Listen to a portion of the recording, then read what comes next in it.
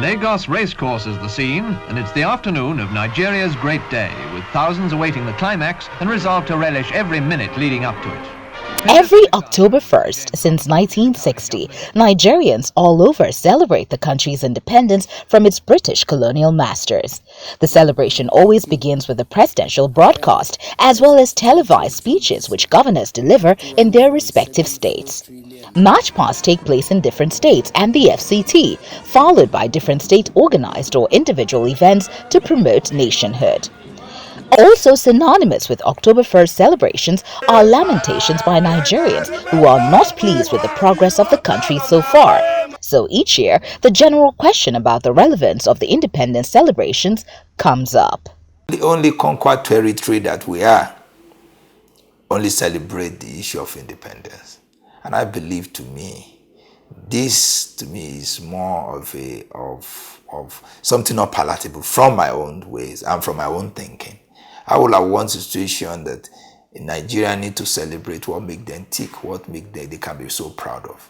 We are proud. I'm proud of June 12th. I'm proud of some other days that have been so great in an annal of history. Not when somebody or a government will say, "I've given you independence." Where is independence? It's mixed emotions. Mixed emotions because the one side will tell you to thank God that after all we've been through, we're still one as a nation. And we're still the largest economy in Africa. And then we are still the largest population of the black race. So there are people who think that this is not achievement. And there are people who view it as achievement. One is to thank God we are where we are. We are still one as a nation. We have survived. But to go beyond that, the other emotion is that we have actually failed generation unborn.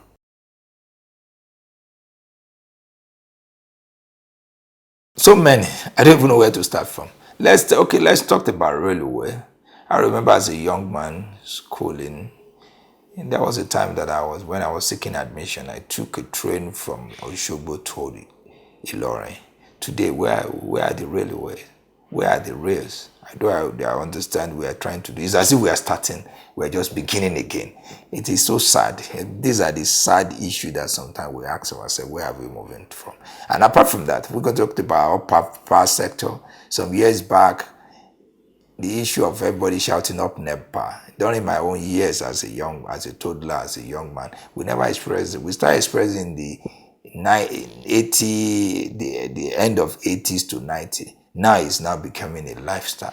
Before, for the electric distribution company to even take away your light, they have to send you notices and that. Today it's not like that. They can just do that at any moment. If you check very well, you realize we're on generator now. These are the sad things that we believe in, because the essence of developing, the essence of moving is to translate from one glory to another. But unfortunately, the reverse always seems to be the case. 59 years taking feeding bottle. That's what it means, because we are still where we are.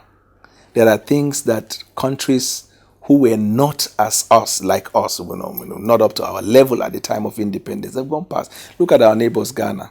They are advancing. But it is not a problem with a particular government. It's systemic that started right from independence. That you look at a nation like Nigeria, look at India. India got independence just a few years before ours. There are quite a couple of nations that we got independence around the same time. India is coming to train our army. They supply things. Even South Africa during Jonathan time had to bring mercenaries to fight Boko Haram.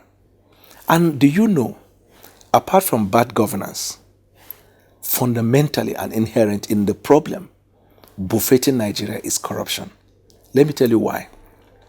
The money that somebody did a research in the UK, the money embezzled by Nigerian public officers from 1960, I think it was either Gordon Brown or so, from independence till the time they were giving this analysis, could have turned Nigeria into a member of the first world. The same money. If you go to England, some of monies they use for certain projects, not up to 1/4 of what we use. So it is corruption. And this money is not only went into private pockets, unfortunately went into the countries of this world. and the money can't come back. While many lament the failures of this nation at 59 years, this administration remains optimistic and encourages Nigerians to do same. Nigeria will emerge from our present challenges stronger and more resilient than ever, but only if all of us join hands to entrench good governance, foster inclusive economic development, and defend and protect our nation from all those who would wish us ill. Rootstv, Nigeria.